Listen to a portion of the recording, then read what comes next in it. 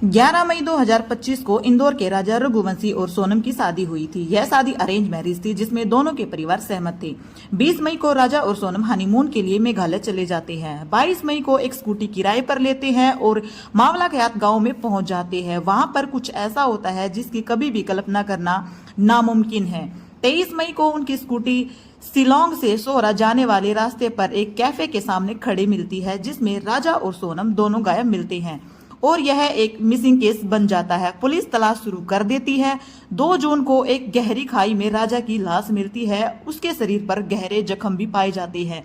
साथ में एक हथियार भी पड़ा मिलता है। पुलिस और परिवार के मन में बहुत सारे सवाल उठते हैं।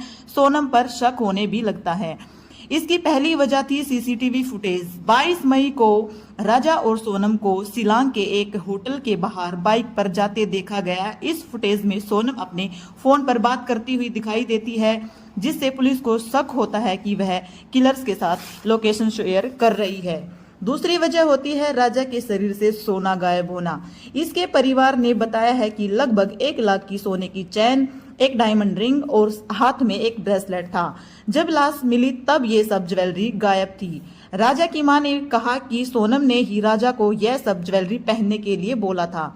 पुलिस को अब और भी ज्यादा शक होने लगता है और तीसरी सबसे बड़ी वजह सामने आती है। सोनम का अफेयर राज कुशवाहा नाम के एक युवक के साथ था जो पुलिस को पता चल चुका था।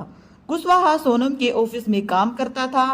23 मई से सोनम लापता हुई थी। जब राज कुशवाहा व 3 अन्य लोगों को पकड़ा गया तो कहानी में एक नया मोड़ आता है। इनको गिरफ्तार करने के बाद सोनम अचानक गाजीपुर उत्तर प्रदेश में दिखाई भी देती है और नंदगंज थाना में अचानक आत्मसमर्पण करने पहुंच गई। सोनम ने एक स्टोरी बनाते हुए कहा कि वह काशी ढाबा पर पहुंची थी जहां उन्होंने ढाबा के मालिक साहिल यादव से मदद मांगी। लूट का हमला किया और वह बेहोश हो गई। इसीलिए सोनम कहती है कि मुझे नहीं पता है कि मैं गाजीपुर कैसे पहुंची, लेकिन पुलिस को सोनम की इस झूठी कहानी पर बिल्कुल भी विश्वास नहीं होता है। गाजीपुर पुलिस सोनम को तुरंत हिरासत में लेती है और सदर अस्पताल में मेडिकल चेकअप के लिए भेज देती है ताकि सोनम का रिमांड लिया जा सके और शिलांग लाया जा सके। पुलिस ने बताया सोनम ने अपने पति के कत्ल के लिए सुपारी किलर्स हायर किए थे और जो लाश के पास जो हथियार मिला था वह कत्ल का ही था। सोनम के पिता देवी सिंह ने कहा, मेरी बेटी निर्दोष है, पुलिस झूठ बोल रही है। लेकिन मेघालय पुलिस अब इस केस की और भी गहराई से जांच कर रही है। सोनम के बैंक ट्रांजैक्शन, उसके फोन रिकॉर्ड्स और राज कुशवाहा के साथ संबंध की पड़ताल अच्छे से की जा रही है। सोनम रघुवंशी का केस एक ऐसा केस बन चुका है जिसने पूरे देश को हिलाकर रख दिया है। शादी है या कत्ल है, सोनम की इस कहानी में आप सबको क्या लगता है? कितना ये सच है और कितना ये झूठ है? आपकी क्या राय है? कमेंट्स में देना ना भूले।